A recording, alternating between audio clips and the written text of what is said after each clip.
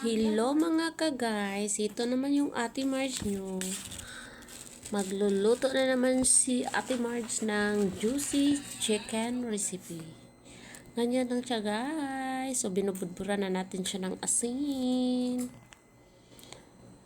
Tsaka madali lang man to guys. Tapos hiniwa ko guys para manuot na yung mga ano-ano guys. Yung mga sahog-sahog niya guys. Kung ano yung mga sahog guys, ilagay ko lang sa aking description box. Ito na guys, naglalagay na tayo ng black pepper at saka pagkatapos guys, niluluto naman. Hay nako guys, ang daming hassle. O diba? Saan kayo maghahanap ng magluluto na ano mo pa siya guys, ipirito mo pa guys, pagkatapos guys, i-open na naman. Hay nako. Tulong naman Duterte, Marcos pala ay hindi naman siya makatulong kasi mahal ng bigas ngayon. Ay, naku. Ganyan siya guys, ipahapa-hapa na to siya guys. Oh, hindi na to. Ayan, atigas. Na ano siya kasi guys, nasangit. Hindi na siya magkasya sa kaha. Ganon, kaya ganon guys. Hindi magkasya sa kaha yung ano guys, kasi isang manok ko. Yan, ganyan lang guys. Tapos magawa na naman tayo ng sauce guys. O diba? Ganun lang guys. Yung honey yan guys. Tsaka tomato paste guys.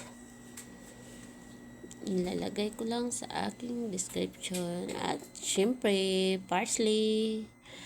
Pero hinalo ko yung parsley at saka corianders guys. Nahalo ko na yan. Tapos soy sauce. Ganun lang. Ano mo lang, itansya-tansya mo na lang guys. Kasi pang ano lang man siya, pang pahid lang man siya doon. Ano natin siya sa manok guys. Ganon. Paprika yun. Tapos asin. Ano lang guys, kaya busy yung Ate Marge nyo guys. Ay nako, ang sasakit ng katawan ng Ate Marge nyo guys. Ayan, naglagay na tayo ng grated ginger. Ayan siya guys. Tapos i-mix lang natin ng mabuti. At saka naglagay ako ng oil ganyan guys para maano. Yan na yung manok natin ipinirito guys. O diba? Ay, hanghasil ang daming kuskus balongos. Ay, nako.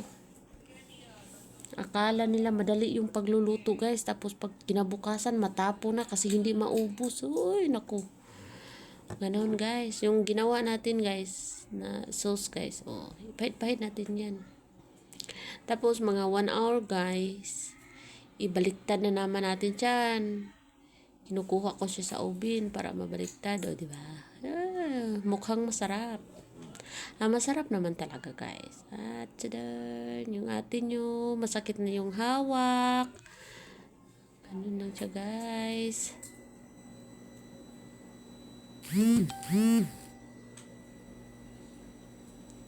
Ganyan na siya guys. Luto na siya. Na binaliktad natin na yan. O, diba? Ay, ang hirap. Sumusunod pa talaga yung papi. Ouch!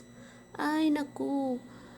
Buti guys, hindi ko inaisipan na kamayin ko yan guys. Baka kamay Wow, hindi kasi mainit. Kapag hindi yan mainit guys, hindi ko papalagpasin yan guys. Kinamay ko na yan guys. Hindi na talaga mapigilan ako guys. Kaya ganyan lang guys.